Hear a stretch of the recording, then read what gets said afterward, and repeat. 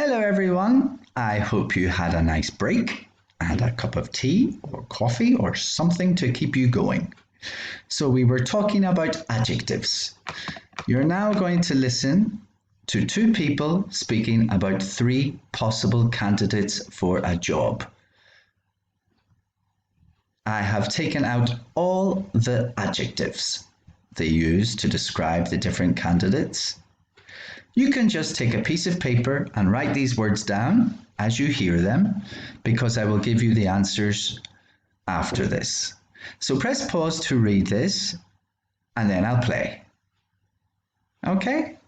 Playing now. Take a note of the adjectives. Okay, so let's look at who we have here. Patrick, Sam, and Karina. What do you think of Patrick? Well, I thought he was well presented and definitely well prepared for the interview. Yes, but don't you think he was a bit arrogant? Yes, he did seem a little too slick for my liking, and he's a bit overqualified for the position as well. Yes, I'm not sure if he would be a good fit for our company. Okay, let's see. What about Sam? Well, he came across as a little nervous to me, and some of his answers were very generic. That's probably due to his lack of experience. This would be his first full-time job. But at the same time, he seemed pretty motivated. I definitely consider him, and his university results are quite impressive. And what about Karina? I liked her. She came across as very outgoing and relaxed. I had a good feeling about her. Yes, I think she'd get on really well with the rest of the team. But one thing I'm not sure of. She didn't really give a clear reason why she left her previous job. Perhaps we should contact her previous employer. Okay, you can listen to that again if necessary to get those adjectives. If not, let's look at them. They're in yellow. Any new words, please look them up in a dictionary or Google Translate. I also want to focus on the green phrases here.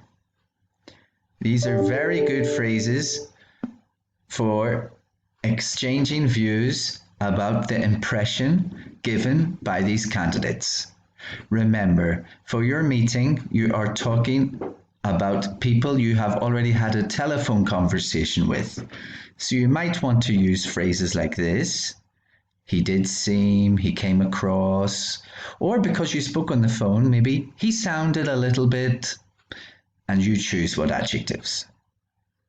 Speaking of adjectives, I want you to stop the video here and look at the MP4 I have attached in Shobi. It's an MP4 about selecting candidates. Two people are speaking about different candidates they have interviewed. What adjectives could you use to describe the candidates they talk about? Please stop this video and watch the MP4 now. Okay, well, I hope you did that. So here are the adjectives we could use to describe the candidates they interviewed. Charming, but did they use it in a positive way? Can you think why? Maybe some attributes are not suitable for certain jobs. Creative, confident. Well, they said that this candidate answered the questions creatively and confidently. They also talked about serious and hardworking candidates. Okay, so now you have some good describing words to talk about the people in your meeting. The last thing you'll need is their CVs. I'm sure you all have written a CV before, a curriculum vitae, resume. Normally in Ireland and the UK, we would just say CV. Please look at the YouTube link on Shobi on CV advice with some tips on how to write a good CV. What do they say? A CV is essentially a... So press pause now on this video and please watch this video on CVs. It lasts about 3 minutes and then come back. Okay, I hope you watched the video. So a CV is a sales brochure, essentially. It's an opportunity for you to sell yourself in order to get an interview. So you will see I have attached in Shobi a sample CV. This is one that you could use in your meeting as a possible candidate for the position. It's a Word document. So for your portfolio, you can use the one I've given you, make some changes to give you more candidates, different names. You can change the area, or I've also supplied a totally separate template. I took it from Word. If you find a different template, please use it. And you can just write over the name, for example. My candidate could be called Gary Jacobs. You change it as you see fit. Now, my advice to you is do not spend too long working on this example CV. Remember that towards the end of the course, you have an opportunity to write one document of your choice.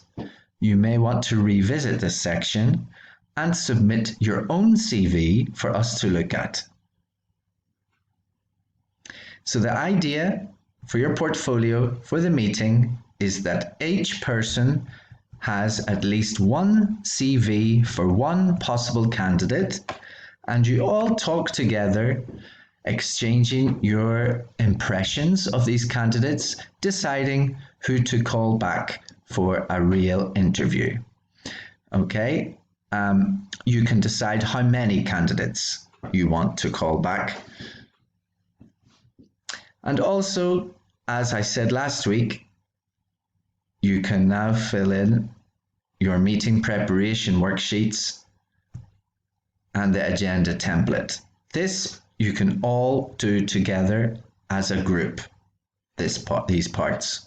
Okay, so with my classes, I'll talk to you over WhatsApp, and Megan may have her own instructions for her class, but I will put you into groups, and I hope you can start working together through Skype or Zoom or whatever is easiest for you to come up with your ideas for a meeting, decide who will be the chairperson and what company you are, what staff you're looking for, and then you can write your CVs accordingly to the position that you're talking about.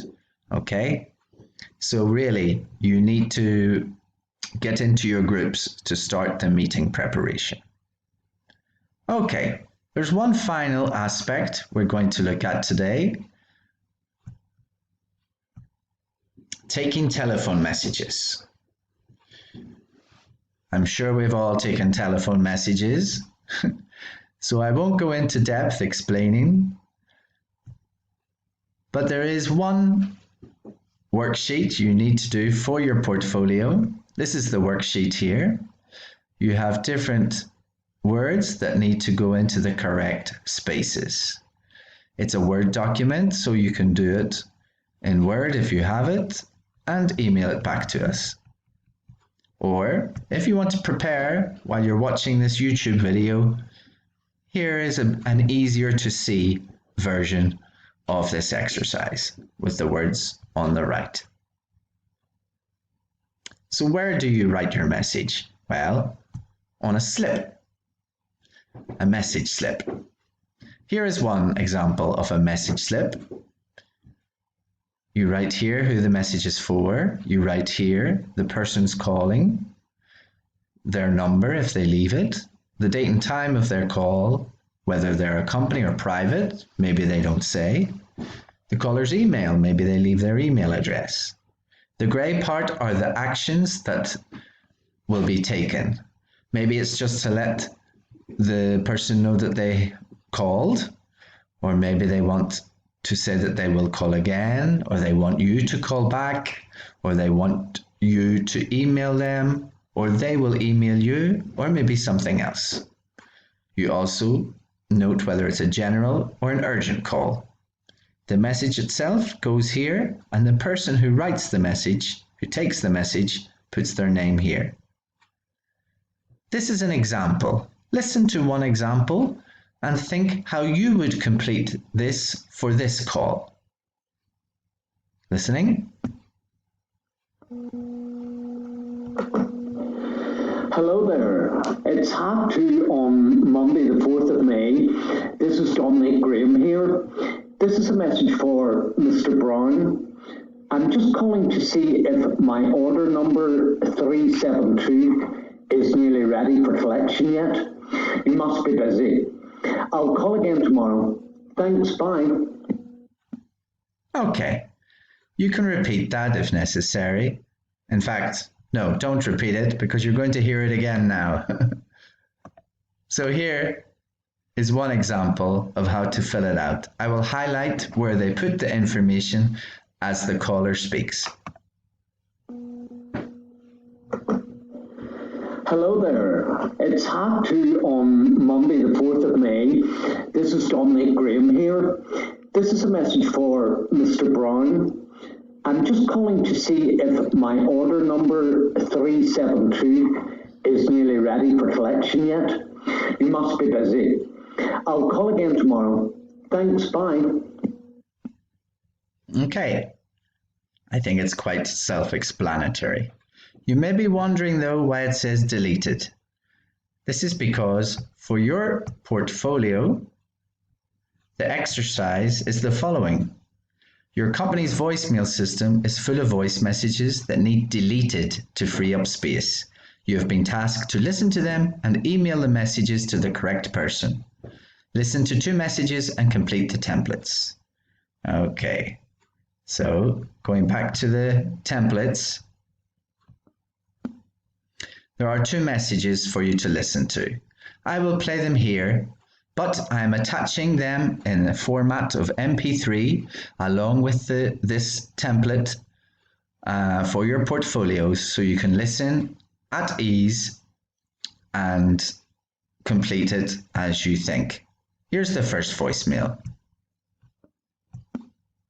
Hello, this is Miss Matthews calling from Danske Bank. I urgently need to speak to Claire Walsh in your finance department. It's 10:25 a.m. now on Thursday the 11th of June, and this is the 3rd message I've left this week. Can you please call me urgently when you hear this message to talk about your account? Thank you. Okay, and message number 2. Good evening. It's almost 6 p.m. on Tuesday, 12th of May. This is Fernando Sanchez calling from Chupa Chups in Spain. I was hoping to speak to Sylvia in the design department about our project, but maybe she is gone home already. It's okay. I'll email her now about the final design we've chosen. Many thanks. Bye.